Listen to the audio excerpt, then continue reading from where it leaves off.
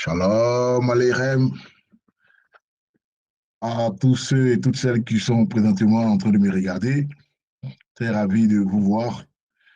Maurice Elkan Ben Abraham, de Torah Call Ministries et de la Yeshiva Formation Talmudim, et aussi de la communauté Am Segoula. Alors, une autre semaine et une autre parachat. Donc, on va décrypter la parachat Nassau. Hein, je tenais vraiment à partager ça avec vous. Hein. Je suis très ravi parce que nous entrons vraiment dans le vif du sujet, hein, du plan d'Élohim, hein, du plan extraordinaire d'Élohim.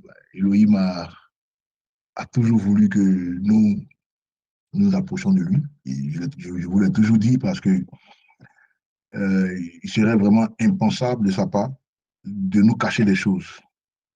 Tout le temps, je dirais. Il veut qu'on on le connaisse, hein, qu'on marche selon sa volonté, mais il faut qu'on le connaisse. Puis, la meilleure manière de connaître Elohim, c'est de le servir. Donc, c'est un mot qui va ressortir pendant la parachat, hein, servir. OK? On voit ce mot-là dans la Bible, dans le tout début, hein, dans Bereshit. On va le découvrir en long et en large. C'est la portion de la Torah, Nassau. Et Nassau commence par un commandement, hein, euh, Elohim adresse à Moshe au sujet du recensement des descendants des familles de Gershon et de Merari. Il y a hein, des noms hébreux avec lesquels il faut s'y habituer. Donc, comme votre écran peut déjà vous le démontrer, vous voyez au background, hein, background picture, la photo en sous-bassement, vous allez voir qu'il y a deux mains, comme ça. Je crois que je le fais chaque fois avec vous.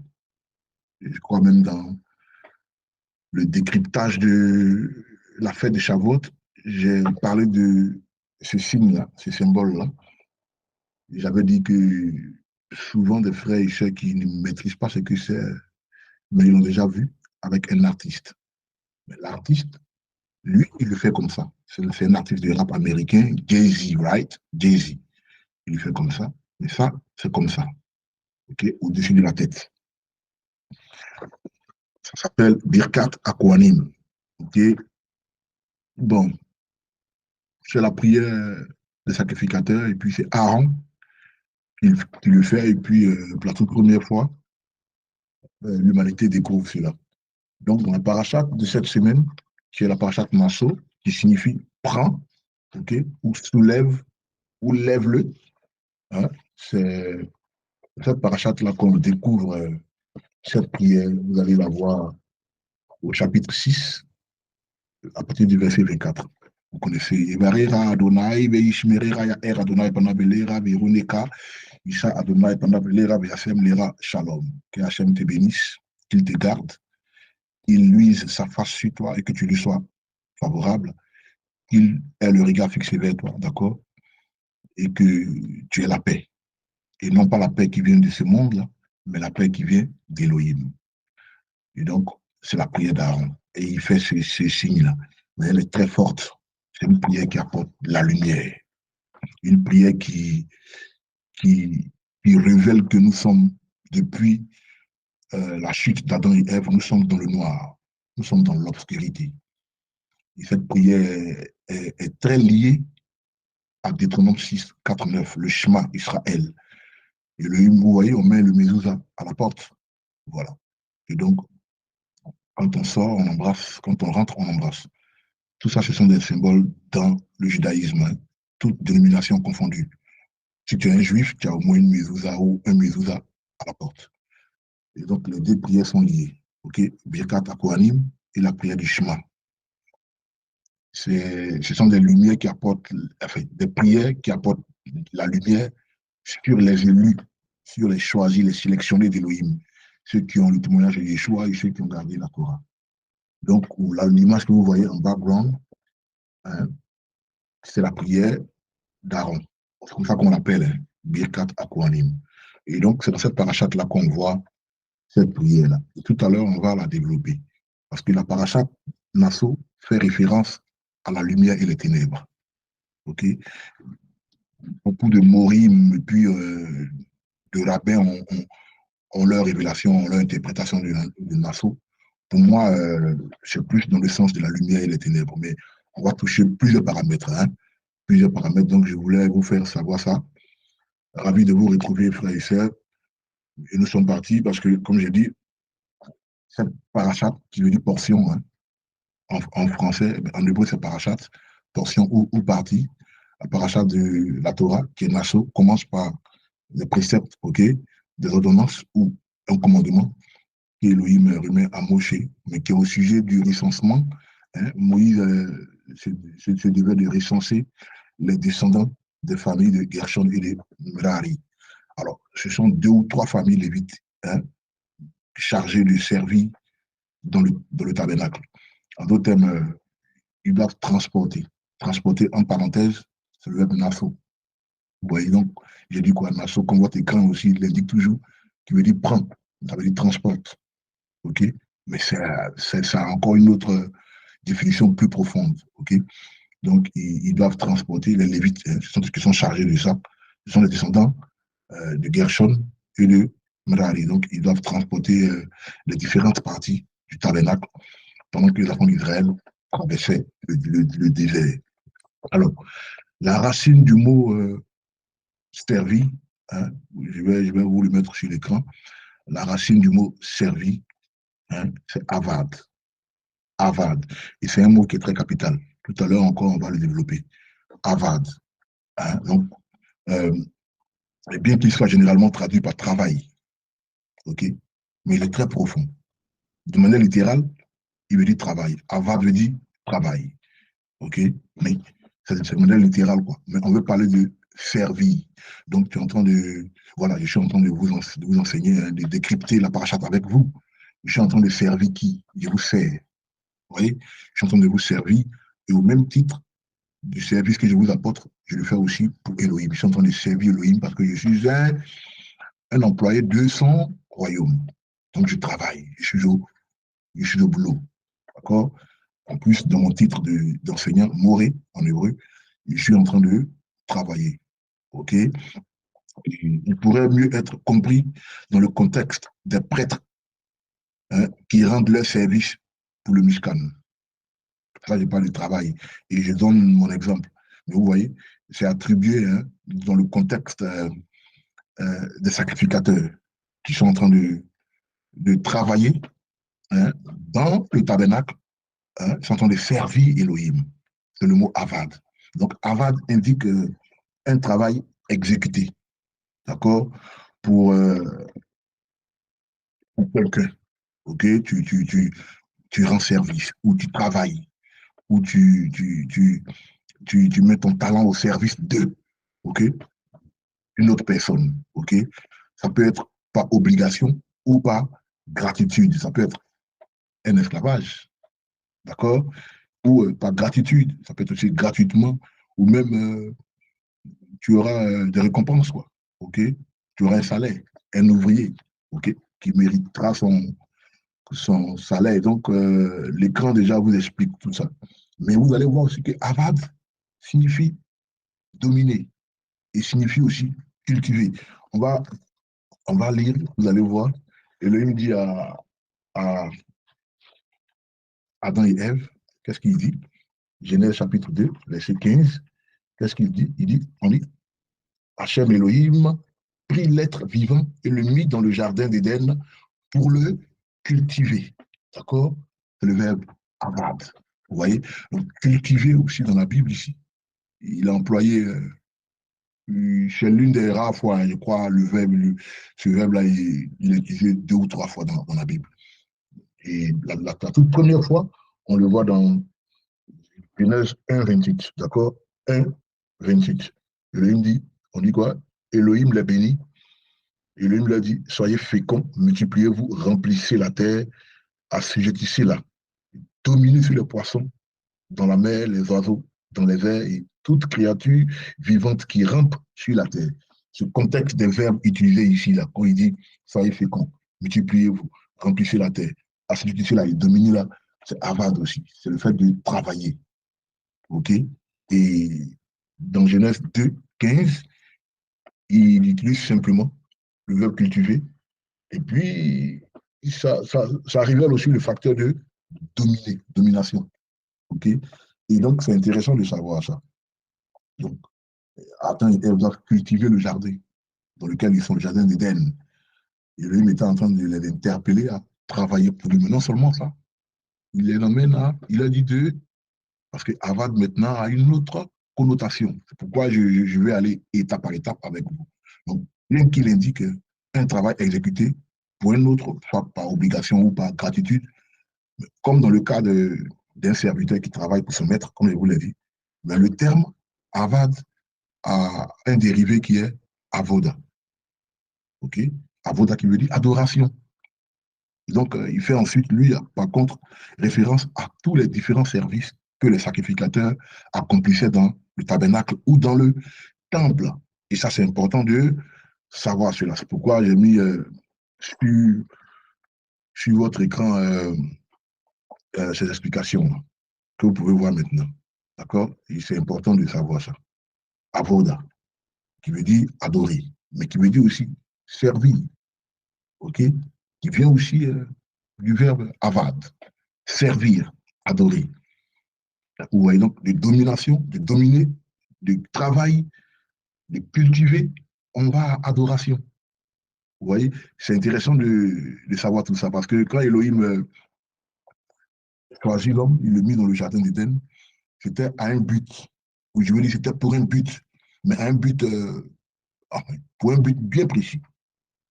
Vous voyez, et donc le terme avoda, comme je dis, il fait référence hein, aux différents services okay, que les sacrificateurs ou les prêtres devaient accomplir dans le tabernacle ou dans le temple.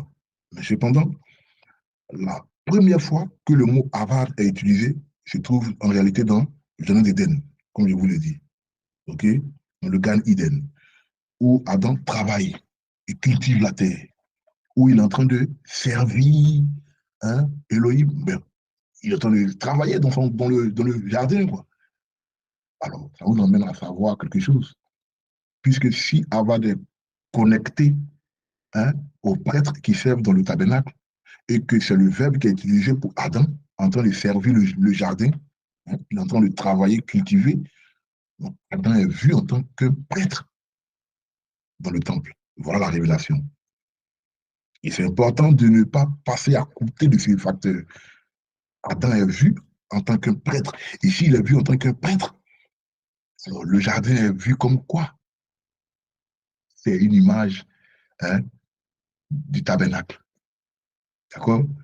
Vous avez vu dans la paracha Bamidbar, où je crois, non, c'était lors du décryptage de la fête de Shavuot, j'ai fait allusion à la grande sœur de Moïse, Myriam. J'ai parlé hein, du lien qu'elle a avec les eaux, quand elle a mis son frère dans un panier. Et j'ai fait mention hein, du panier. Qu'est-ce que j'avais dit? Que le panier était aussi une image du tabernacle, c'est-à-dire du temple. Okay? Donc le temple a plusieurs images. La toute première image est le jardin d'Éden, où quelqu'un qui devait cultiver, Adam, était vu comme un prêtre ou comme un prêtre qui travaillait dans le tabernacle. Et ça, c'est important. Donc, voyez le jardin d'Éden maintenant comme un temple.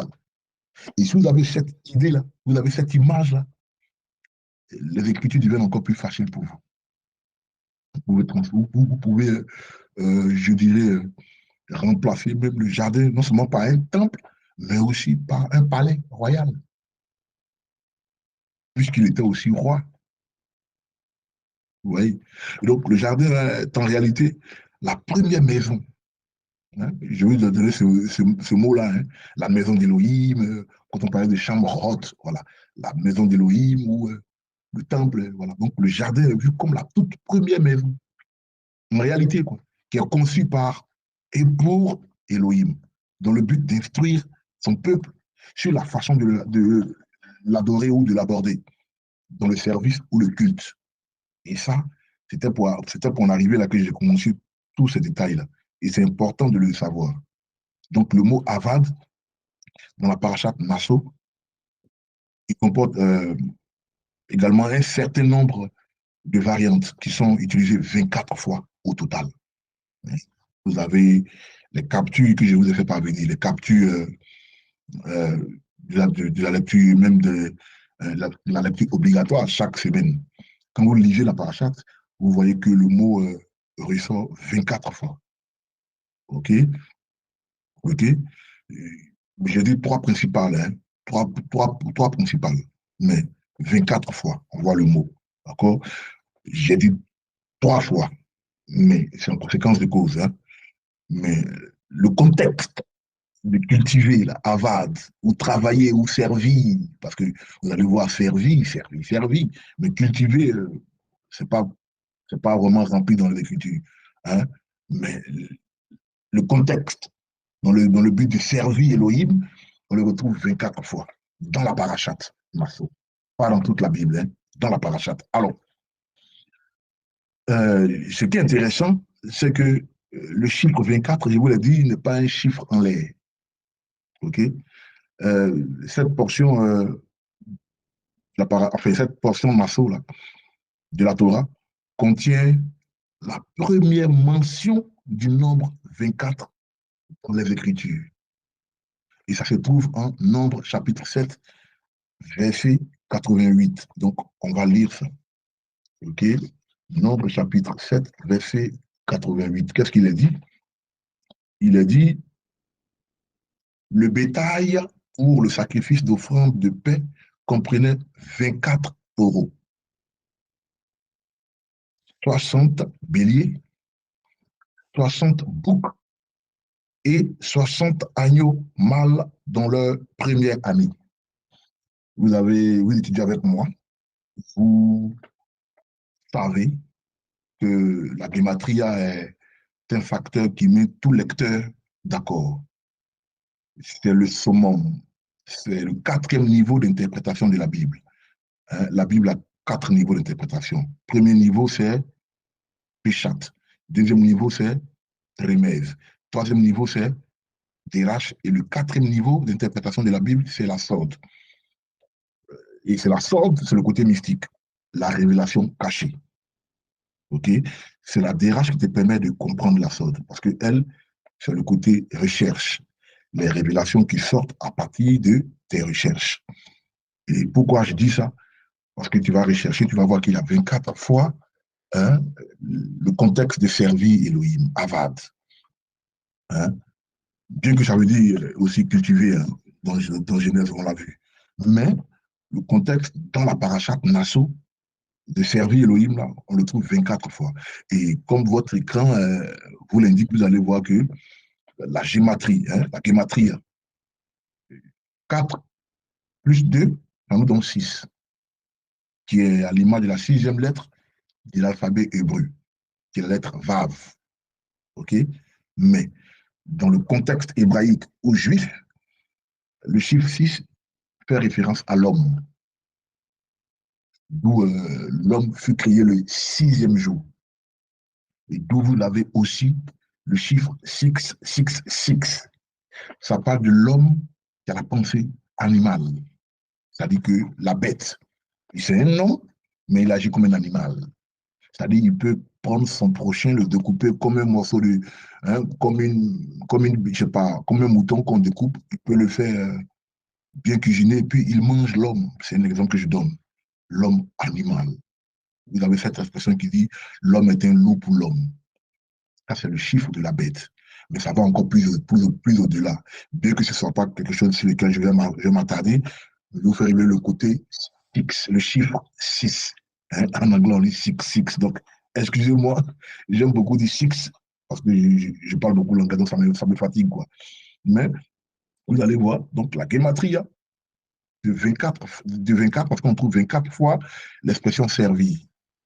Et donc, 24, c'est tout simplement comme on fait la gématria. Ça, c'est le B à bas de la gématria, hein, ou gématrie sont les mêmes mots. 2 plus 4, ça nous donne 6. Et 6 représente l'homme, mais dans le sens de l'épouse. OK? Je voulais attirer votre attention sur ça par rapport à ce que je vais dire. Parce que quand vous allez voir, vous allez remarquer que quand euh, dans les Écritures, hein, dans la parachate, on trouve le nombre 24, mais on le trouve, enfin, on trouve le nombre, le nom Abad 24 fois, fait allusion au chiffre 6. D'accord? Et dans la pensée hébraïque aussi, vous voyez le verset qu'on a lu, hein, 24 euros à sacrifier comme offrande de paix pour la dédicace de l'autel, par les 12 princes d'Israël et tout ça. Dans la pensée hébraïque, l'animal représente l'homme. L'animal représente l'homme. L'animal représente, si vous voulez, l'âme de l'homme, donc la vie de l'homme. Ils avaient fait l'Holocauste et tout, il fallait qu'ils amènent l'animal et tout ça. Ça représentait l'homme. Euh, je vais attirer votre attention sur ce facteur-là. Aussi, que le chiffre 6, qui représente la lettre Vav, qui est l'une des lettres qu'on connecte à Yeshua, à Mashiach. Vous voyez? C'est lui, le fils de l'homme. D'accord? Et il est aussi épouse. Yeshua est la première épouse. Yeshua a plusieurs entités. Il est l'épouse, Yeshua. Il représente Israël, l'épouse. OK? Le prophète Osée nous explique, quand Hérode est prêt à mettre la main sur le petit Yeshua, hein, il y a un ange, hein, Elohim se révèle, hein, aux parents, euh, Joseph et Marie, il dit, sauvez-vous, allez-y en Égypte. Et le prophète, enfin, je vous donnerai l'ordre de revenir. Le prophète Osée relie ça à Israël qui est en esclavage en Égypte. Donc il dit quoi? Quand Israël était petit, j'appela mon fils hors d'Égypte. Il fait référence à Israël. Donc, Yeshua est appelé de l'Égypte. Il ressort de l'Égypte parce que Hérode est maintenant décédé. Donc, Yeshua doit sortir de l'Égypte pour revenir sur cette terre. Mais quand il dit ça, il fait référence aussi à Israël qui sort de l'Égypte.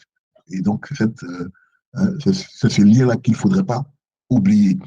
Et donc, le chiffre 6, la lettre Vav, dans le Aleph Bet, et Vav est toujours collé à Yeshua, qui a pour pictographe un clou. Hein, un clou, quelque chose, un clou, hein, un truc qu'on a, je dis un clou, mais c'est un truc qui accroche. Vous voyez, quand il y a les bâches, il y a des longues cordes qu'on attache au sol avec un fer là, qui accroche la corde. C'est Yeshua, c'est lui hein, en tant que les êtres humains ou les sélectionnés, c'est lui qui nous sert de résister, ok, aux vents et marées. Amen. C'était juste une petite parenthèse. Mais vous allez voir que de plus, euh, les vases d'argent, par exemple, dédiés à l'hôtel, pesaient 2400 shekels, d'où on a le chiffre 6 aussi. Pour repartir sur la lecture qu'on a eue, hein, la lecture de nombre 788, on dit quoi? 60 béliers. 60 béliers, c'est 6. On compte par 24 taureaux. 24, c'est 2 plus 4, 6 taureaux. 60 béliers, c'est 6 parce que le 0, il est neutre. Comme le 9, il est neutre. 60 boucs, 6. Et 60 agneaux, c'est toujours 6. Vous comprenez? Et comme j'ai dit, les vases en argent qui étaient dédiés à l'hôtel pesaient 2400 shekels. C'est 24. Donc ça fait 6. Pour faire de cette figure, le facteur 6, 6, 6, qui représente l'homme, mais aussi l'épouse, et en sous-bassement, Yeshua, à Mashiach. Ici, le chapitre entier, ok, traite de l'achèvement du tabernacle et de la dédicace de l'autel par, hein, par les dirigeants d'Israël à cette époque. Les sages d'Israël, hein, disent qu'il semble que le numéro 24 soit lié au service du tabernacle, c'est-à-dire à la prêtrise, ok, à la sacrificature, comme les gens aiment le dire. en particulier, mais au service de l'autel. Hein. On a un autre exemple dans cette connexion, hein, au temple et au nombre 24, qui peut être trouvé dans Genèse, dans la parachate Noir, hein, Noé, Noir en hébreu, Noé. Le mot pour l'arche, hein, l'arche de l'Alliance, l'arche, non, pardon, l'arche de Noé, on dit Teiva. On a vu Débir, hein, dans la parachate passée, Bamidba. Vous voyez, la langue hébreu est très élastique. Un mot peut avoir une vingtaine de significations, et vice-versa. Hein. L'arche de l'Alliance peut s'appeler euh, Débir, mais aussi, je veux parler de l'arche de l'Alliance, il peut s'appeler Débir ou Aaron, mais l'arche de Noé s'appelle Teiva. OK? Teiva, on peut dire Teiba, puisque dans la lettre bête, s'il n'y a pas de Dagesh, ça s'appelle Vet. Au lieu de Beit, ça s'appelle Veit. Donc, vous allez voir sur votre écran, Teiva, vous fait allusion à l'arche de Noé. Alors, quand on renverse le mot, il donne maison, Abeit. OK? Et c'est aussi utilisé 24 fois. Vous voyez? C'est-à-dire, le mot arche, dans la paracha de Noé, noir, le mot arche ressort, hein, plus de 24 fois. Et ce n'est pas anodin, je veux dire. Pareil pour Avad, qui ressort 24 fois aussi dans la parachate Nassau. Donc, tout comme le jardin avec Adam, l'arche avec Noé représentait le temple aussi, comme le lieu de service. Donc, Adam était un prêtre, tout à l'heure je vous l'ai dit, sacrificateur. Noé aussi, son, son petit-fils, hein, le petit-fils d'Adam, qui est Noé, était aussi un sacrificateur et aussi un roi. On verra le facteur de roi, là, de royauté là plus tard. Mais c'est ça, en fait. Donc, le jardin et l'arche ont les mêmes valeurs et aussi représentaient les mêmes images. Temple et les acteurs, Adam et Noé, étaient aussi des sacrificateurs, des prêtres. Donc, Noé a fonctionné en tant que prêtre, remplissant ses fonctions au service de la maison, tout comme Adam servait aussi le jardin et que les familles lévitiques servaient le tabernacle. Vous voyez? Donc, de Adam, on passe à Noé, de Noé, on passe au temple, où les Lévites, Aaron et tout ça, hein, Aaron, hein, il servait aussi dans le tabernacle. Et c'est important de toucher ces facteurs. C'est pourquoi je voulais vous faire savoir ça, parce qu'on ne peut pas ne pas parler de ça. Ce n'est pas un facteur qu'on peut négliger. Vous voyez, votre écran déjà vous indique bien ces entités dont je viens de parler. Vous voyez le jardin d'Éden, hein, vous voyez une image, hein, qu'on a prise sur Google. Vous voyez, c'est l'image d'Adam et Noé. Enfin, Adam et Ève, excusez-moi, vous voyez Ève qui est blonde, hein, dans le dessin, avec le serpent là-bas. Une blonde. À votre droite, vous voyez l'arche de Noé. Hein, ces deux facteurs-là, le jardin à la gauche, Noé, Adam, et l'arche à la droite, avec Noé, sont à l'image du temple qui est au milieu. Et c'est un lieu de culte où ils doivent servir Elohim. Donc, les deux personnages, Adam et Noé, étaient des sacrificateurs, des prêtres, comme ce fut le cas lors du temple bâti par Salomon. Les Lévites qui y travaillaient étaient aussi des sacrificateurs. Donc, vous voyez maintenant l'image. On va aller dans 1 Chronique, chapitre 23, verset 27. Vous voyez, il est intéressant de comprendre tout ça. D'accord? 1 Chronique, chapitre 23, verset, verset 23, non, 1 Chronique, chapitre 24, pardonnez, verset 23 à 27. Je vais le corriger pour vous. Ça arrive, hein? Ce sont les... Voilà, ce sont les aléas du métier. Hein? On va lire ça, mais avant qu'on fasse la lecture, je voulais quand même attirer votre attention sur ce facteur parce que la révélation ci-dessus, là, que je viens de vous faire savoir, le jardin, qui représente l'arche, qui représente le temple.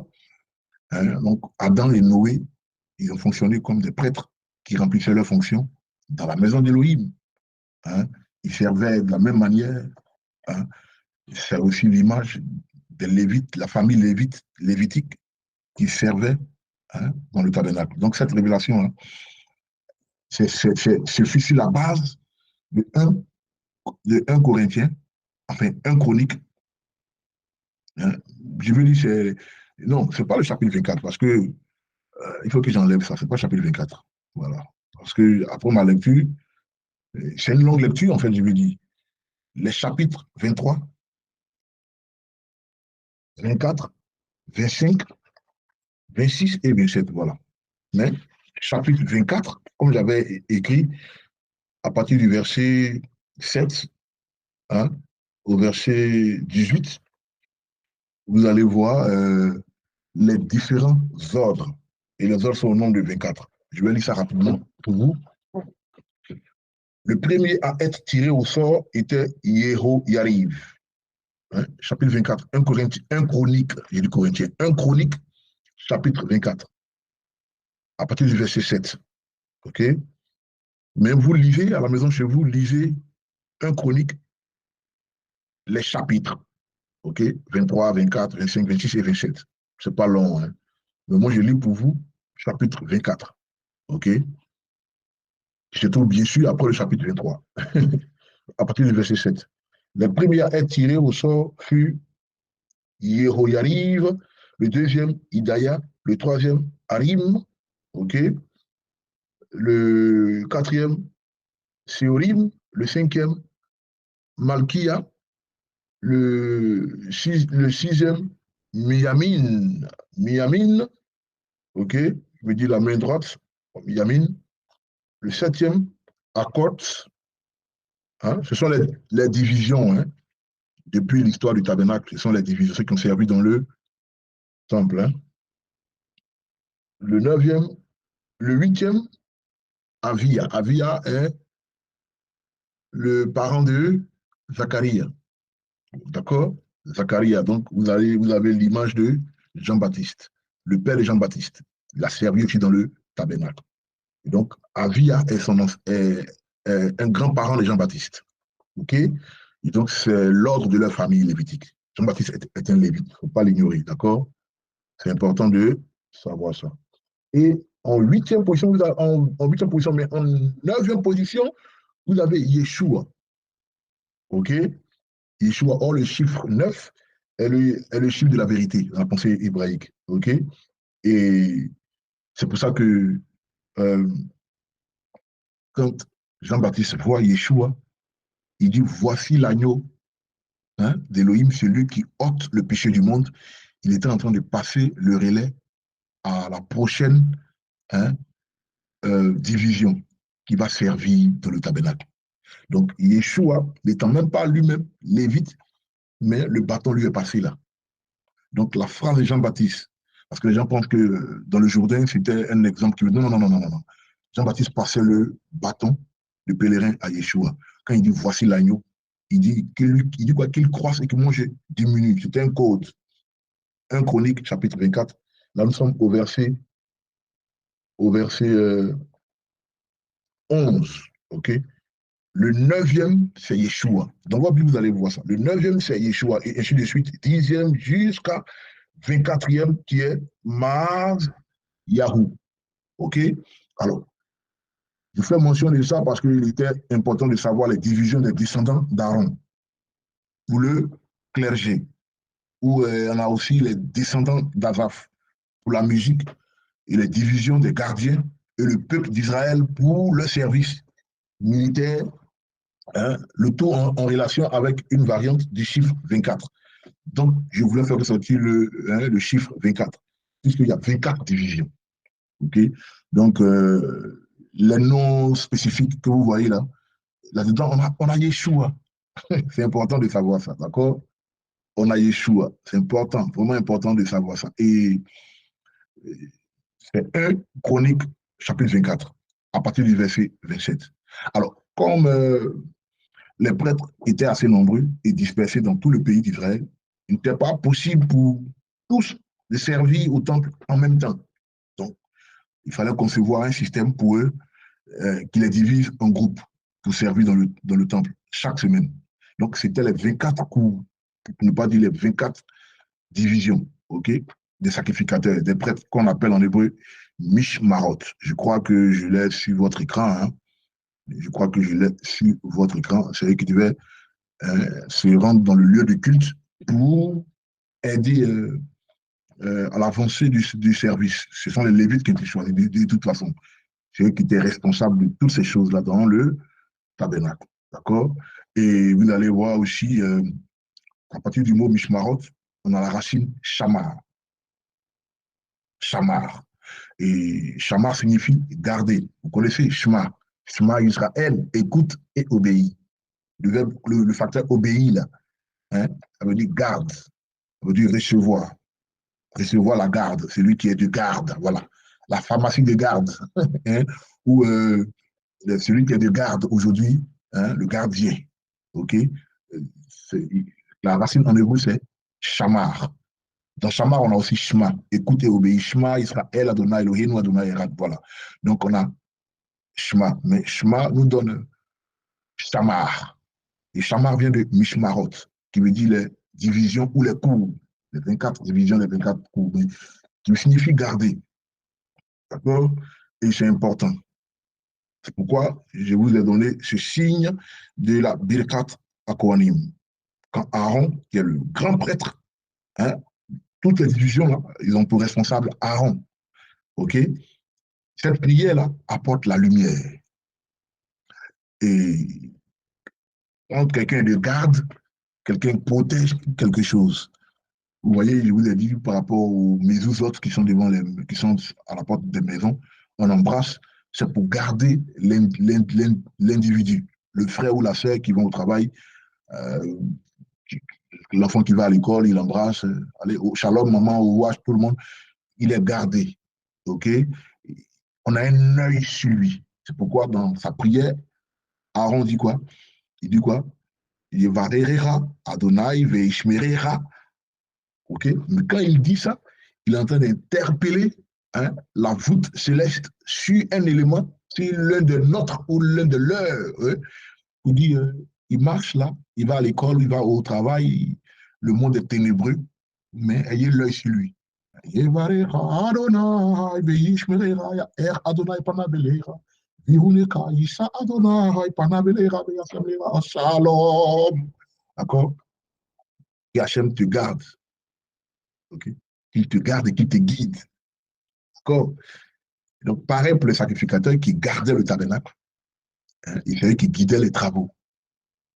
Vous voyez, donc, ce n'est pas une prière en vain. Ça, ce n'est pas Jay-Z qui a envoyé. Juste pour rigoler, mais les choses sont trop profondes dans le judaïsme. D'accord?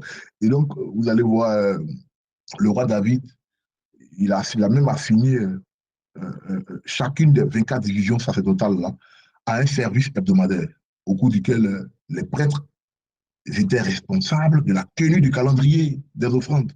Dans le temps, bien sûr. Et ces 24 coups sont répétés 2 fois par an. OK? Il y a 24 coups.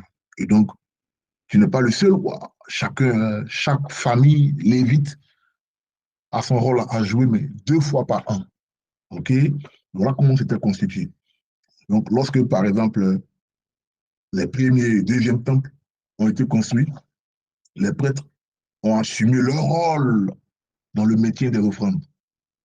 De nouveau, vous avez l'association entre le service de l'autel et les offrandes, qui était une fonction du sacerdoce, d'autres diront fonction sacerdotale.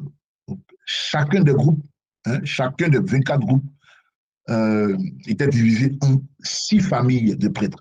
C'est les choses que j'ai données dans la parachate Bereshit. J'ai expliqué ça mieux. Avec Noé aussi, j'ai expliqué ça mieux. Hein. Si vous repartez dans mes vidéos, la parachate Bereshit, ce sont les mêmes choses que j'avais dites là-bas aussi. Hein, les Mishmarot, les divisions, les 24 cours. Okay, donc, chaque groupe était divisé en 6 familles de prêtres ou de sacrificateurs, hein, ou des maisons qu'on appelait Bétaï Avot. Donc, chacun des 6 groupes servait un jour de la semaine. Et tout ça, c'est important de savoir ça. Quand on étudie le temple et son fonctionnement, je crois que ça sera dans le mois, pour la première cohorte, hein, ça sera, la première cohorte finit les cours en octobre. Donc, il vous reste 4 mois, je crois bien. On est en juin, juillet, août, septembre, octobre. Donc, il vous reste 4 mois. La deuxième cohorte, la deuxième classe finit les cours en décembre. Il y aura aussi des cours qui vont commencer dans le mois de Ticherie. OK, Ticherie. Donc, on fera maintenant comme ça, hein, je fais une parenthèse rapidement, hein. Les cours seront pour la nouvelle année du jubilé, hein, nouvelle année des années, Ticherie bien sûr, et puis Nissan, la nouvelle année agricole et religieuse. D'accord? Donc, chaque année, il y aura des entrées. D'accord? Alors, je le dis parce que c'est important de savoir que chaque, chacune des divisions des prêtres, hein, et des 6 divisions des maisons avait un chef qu'on appelait le Roche Mishmar. Mishmarot, tout à l'heure on a dit Mishmarot, d'où vient la racine du mot Shema, qui est Shamar, garder. OK? Euh, vous avez des leaders qui sont à la tête de chaque Mishmar, qu'on appelle Roche Mishmar. Vous voyez, Roche Baït, le leader de la maison. Voilà, lui, est le chef de la maison. Et le Roche Mishmar, il a, je ne sais pas si j'ai fait mention de ça, hein, sur votre écran. Bon, non. Le Roche Mishmar, hein, il a appelé Roche Mishmar et puis il a un Roche Bet Av, OK? Roche Bet avec, comme Roche Baït. Donc, Roche Bet, ce sont les mêmes trucs, quoi. Donc, le leader ou le chef de la maison du Père. C'est pour ça qu'on traduit ça, Roche Bet Av.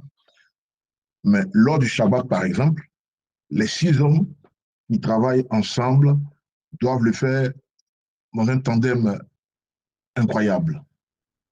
Vous voyez comment c'était très, très strict dans le tabernacle. Ils doivent travailler. Pourquoi tout à l'heure, j'ai parlé des cohortes? Parce que ceux qui vont finir en le mois d'octobre, euh, euh, en août, septembre, je crois septembre, vous allez voir le cours maintenant sur le temple et son fonctionnement. Ça, c'est un cours qui est très intéressant, ça. Vous ne devez pas le rater. Enfin, vous êtes là depuis le début, hein. Merci aussi de soutenir le ministère, mais c'est un cours que j'ai gardé secret. Et il crée une révolution dans la vie de tous ceux qui aiment Elohim. Ça crée la révolution. Ça te rend stable dans ta marche avec Elohim. Hein? Je ne dis pas que tu seras non plus, non, non, non, mais tu auras de la connaissance, pas possible. Le temple et son fonctionnement, dans le mois de septembre. Alors, ceux qui vont finir en décembre, c'est dans le mois de novembre, le cours sur le temple et son fonctionnement. Hein? C'est un module que j'ai mis à la fin. On va finir de voir le schisme, Judas et Ephraïm, et puis on va rentrer dans le temple et son fonctionnement. Et c'est là que je vais développer ça. Vous allez voir les 24 divisions, comment les sacrificateurs opéraient dans le tabernacle, qui faisait quoi, qui fait ça, et la révélation qui est derrière, comment Yeshua apparaît derrière toutes ces entités. Et c'est important. D'accord? C'est pourquoi j'ai fait mention de ces 2 classes qui sont avec moi présentement. Mais, et donc, chaque Shabbat, les 24 divisions qui sont divisées en 6 maisons, ou en 6 divisions, ou en 6 familles, euh, 6 hommes aussi qui ressortent de là, ils doivent travailler dans un tandem pas possible. Ils travaillent ensemble en tandem. Et notez que ces 24 mishmarot là, ces cours, 24 cours, 24 divisions, changeaient chaque Shabbat. À la fin du culte matinal, hein, ceux qui ont fait Am Segoula, le matin, quand on arrive à 11 h, le culte qu'on fait, hein, ceux qui doivent chanter, ceux qui doivent le kabaï, le zaken, ceux qui doivent ordonner pour que les choses se passent comme tu dois, ceux qui doivent préparer et tout ça. Ce sont des images qu'on a calquées, des écritures en fait. Et cela nous vient de la matrice, mais aussi des anciens, hein, d'Israël. Amen. Et comme je l'ai dit, il faut avoir fait une yeshiva dans ces enseignements-là. C'est ceux qui sont très codés. OK? De toute façon, les grands frères, ils n'enseignent pas vraiment sur le temple. Certaines dénominations, il leur a été interdit d'enseigner sur le temple. Or, le temple, c'est le facteur, c'est le pivot de la compréhension de toute la Bible. Vous avez vu, j'ai parlé du jardin d'Éden, de l'arche de Noé, le panier de Moïse où on l'a mis dans le panier, sa sœur l'a mis dans le panier, tout ça, c'est le temple. Ce sont des figures du temple. Donc, c'est l'ombre des choses à venir. Quel temple? Dans l'Apocalypse, la Nouvelle Jérusalem, c'est un temple. Un temple. Il faudra à Elohim pour qu'il puisse le vider. On dit quoi? Notre corps est le temple. Or, c'est le dernier temple. Après la destruction du deuxième temple par les Romains à Jérusalem, notre corps devient le temple. C'est pourquoi la lettre aux Hébreux a vu le jour. C'était pour expliquer le facteur de l'homme qui prend la place du temple, puisqu'il y avait une tristesse, il y avait une lamentation. Okay? Et donc, ceux qui étaient en diaspora, on leur a amené une lettre qui est la lettre aux Hébreux, en fait, que vous voyez, Hébreux. Donc, ils étaient dans une communauté messianique à qui on envoie une lettre. Mais l'auteur de la lettre aux Hébreux est encore inconnu jusqu'au jour d'aujourd'hui. C'était l'attribut à l'apôtre Paul, hein, le Rav Shaoul. Mais bon, il reste toujours à faire des recherches, à vérifier. Mais rien n'est dit que c'est lui. D'accord? Donc, je répare. Les 24 Mishmarot changeaient chaque Shabbat, à la fin du culte matinal, par exemple, célébré par les prêtres, hein, qui servent la semaine précédente. Voilà comment ils s'organisaient. Ensuite, il y a de nouveaux prêtres qui entrent dans leur responsabilité lors du service, Abad, du soir, du Shabbat, hein, et ainsi de suite. Voilà comment ça fonctionnait lors des cérémonies de la mise en place d'un nouveau pain, hein, la table de proposition, il faut changer, qu'on appelle l'Erem Apanim. Hein. C'est important de savoir tout ça. Là. Mais je vais vraiment attirer votre attention sur, sur, sur les assistants. Hein, les assistants, que moi j'appelle euh, ceux qui assistaient comme témoins. OK? Pendant que le sacrifice, par exemple, se passait dans le temple. Hein, le sacrifice hein, était offert au temple, d'accord? Il était appelé des Mahamad ou Hamoud. OK? C'est-à-dire ceux de Jérusalem qui assistaient comme témoins pendant que le sacrifice était offert. On les appelait les Mahamad ou Hamoud, ce qui signifie ceux qui étaient debout. Or, un Mahamad représentant le groupe d'Israélites, hein, représentant une zone géographique particulière. À part les prêtres, hein, vous voyez, à part les prêtres, parce que vous voyez le temple, les Lévites fonctionnaient là-bas, mais il y avait d'autres entités dont la Bible fait mention de moins en moins. Quand on va parcourir les 5 livres de Moïse pendant les parachutes, même le livre des Nombres, ok, Bamidbar.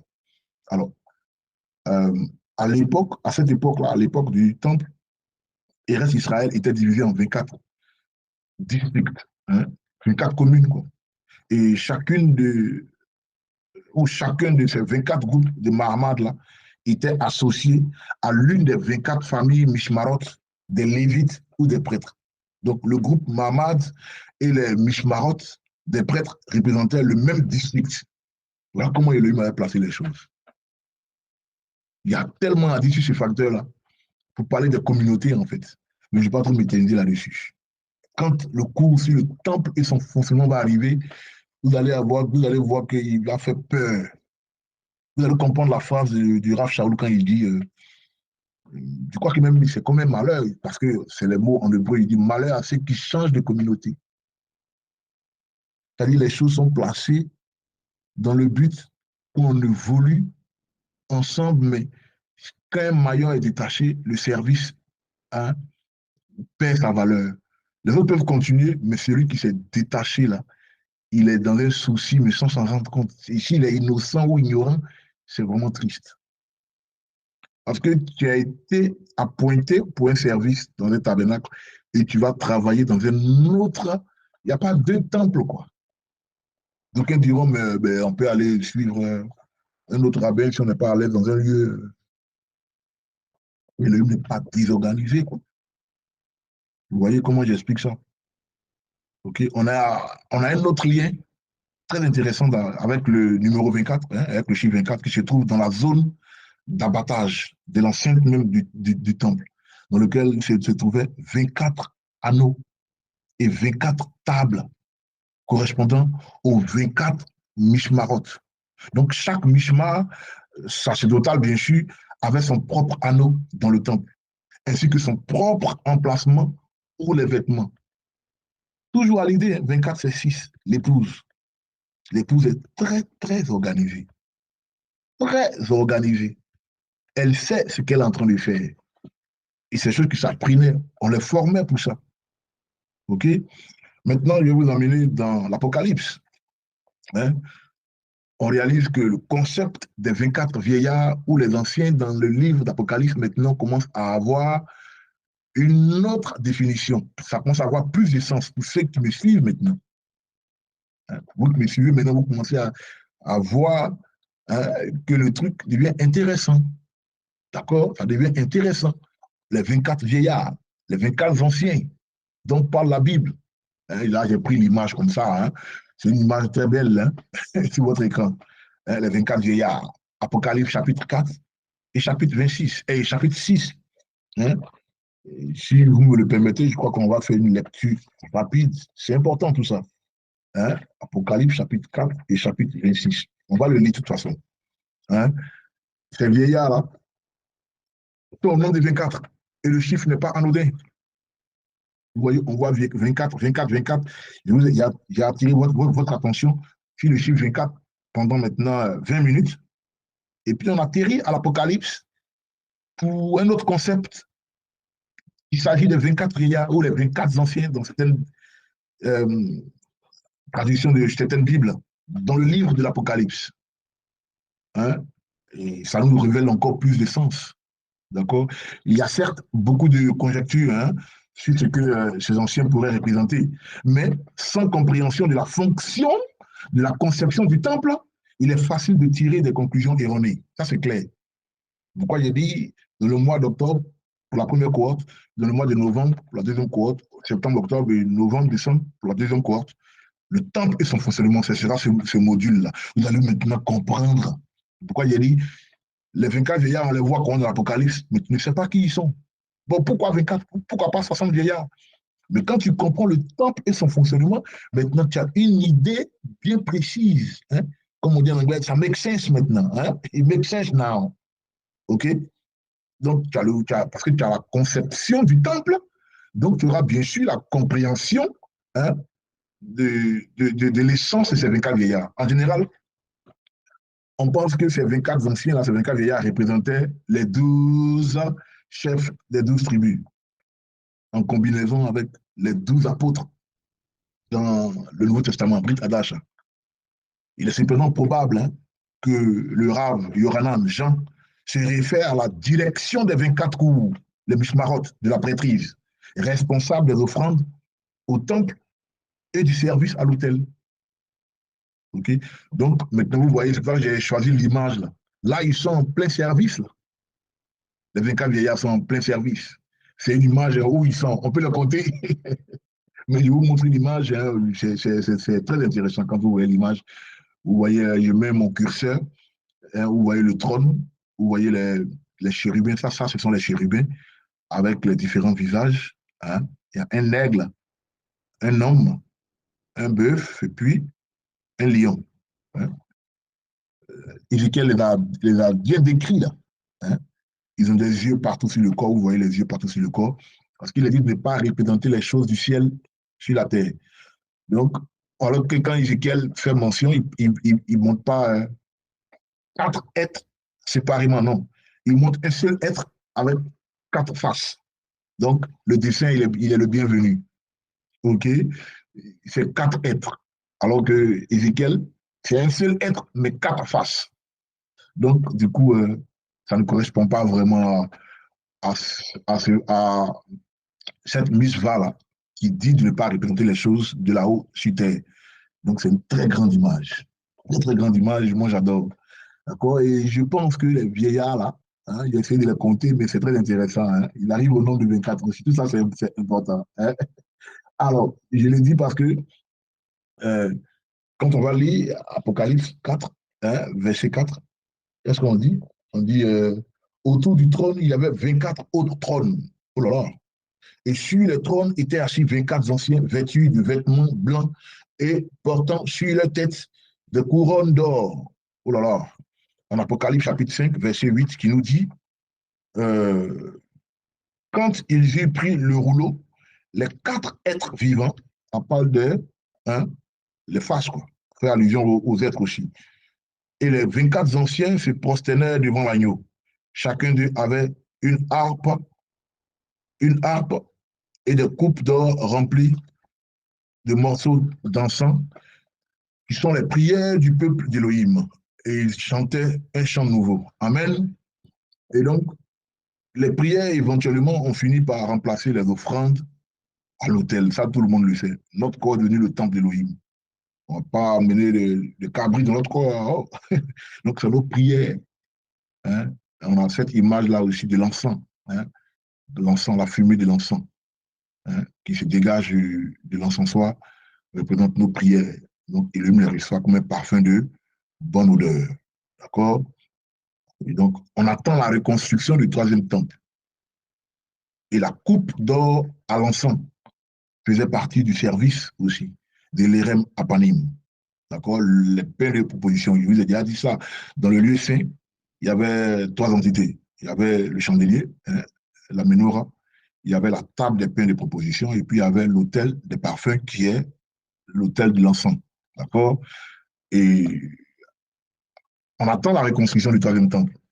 Et donc, nos prières, hein, qui quotidiennement finissent par remplacer les offrandes à l'autel. D'accord? Et on joue le rôle des prêtres aussi. D'où vous serez pour moi un royaume de sacrificateurs. D'accord? Puisque nos prières montent, c'est comme si nous sommes en train de travailler dans le temple d'Élohim, qui est notre corps. Vous voyez comment ça devient intéressant maintenant. Donc, notre corps étant le temple d'Élohim, on se doit d'avoir un bon état d'esprit. Hein. On ne doit pas souhaiter la mort à notre prochain, okay? À ceux qui nous ont ouvert les yeux.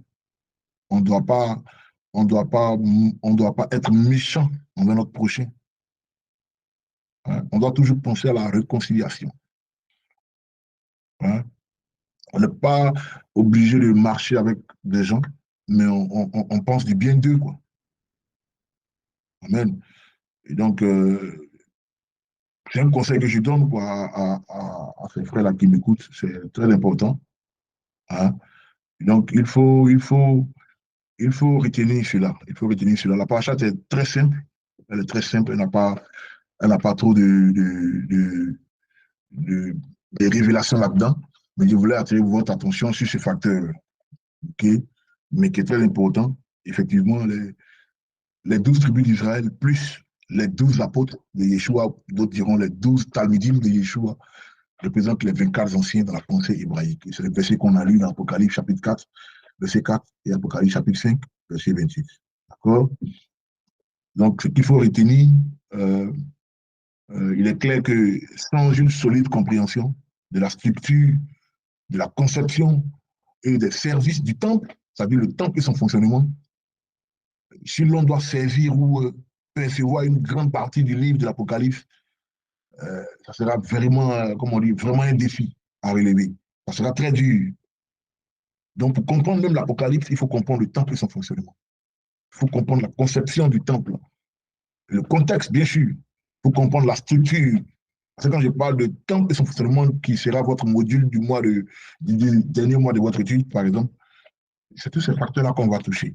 On aurait déjà touché Judas et Ephraïm, parce que l'un des grands conflits, c'est vrai qu'il y a eu Roboam et Jéroboam, mais l'un des grands conflits, c'est que Jéroboam refusait de descendre sur Jérusalem pour aller adorer dans le temple. Donc, ils se sont fait un faux temple dans le nord, hein, dans le nord, en Samarie, là, le domaine de la Galilée, là-bas, mais oui, en Samarie, hein, à Shomron. J'adore cette carte qui m'a été offerte. Hein. Au lieu de descendre à Jérusalem, ils sont restés là, hein, en Samarie. Or, il faut descendre à Jérusalem pour venir adoré dans le temple. Donc, eux, ils se sont confectionnés deux veaux d'or. Quand à Jérusalem, les gens ils célébraient, par exemple, la Pessah, hein, le 4 avril, eux, ils célébraient la Pessah en Samarie le 8 avril, par exemple. Voilà comment ils faisaient. Oh, donc, tout ce qui est lié au temple, là, ça énerve Elohim, en fait, quand c'est pas bien fait. Okay? En d'autres termes, ton corps, quoi. Donc, je réponds à la partie parce que c'est très important et ce sera le dernier mot. Il faut comprendre que c'est très important, ce facteur-là, d'accord? Voilà, comme je l'ai dit sur votre écran, hein, euh, sans, sans une solide compréhension de la structure, de la conception et des services du temple, il vous sera très difficile de percevoir, de comprendre ou de saisir les révélations du livre de l'Apocalypse. Vous voyez? Mais bon, comme vous le savez très bien, on vous exhorte toujours, en tant que nos Talmudim, hein, que la révélation est progressive. Donc, veuillez lire et relire cet enseignement, ou révisionner cette vidéo, puis vérifier dans vos Bibles les versets qui y sont mentionnés. Comme ça, vous allez être bien préparé pour les mois où on va étudier le temple et son fonctionnement. Voilà. Donc, c'était Morisset, hein, c'était la parachat Nassau, qui veut dire prendre, transporter, avoir, cultiver, travailler, servir Elohim, avoda, hein. Et donc, Shabbat Shalom. Demain, ça sera, le soleil se couche. Demain, ça sera, là, vous allez allumer vos bougies. Et puis, faites une bonne lecture en communauté ou en famille. Et je vous aime très fort. Maurice Elkan Ben Abraham. Alors, vous passez une très, très bonne soirée. Shabbat Shalom.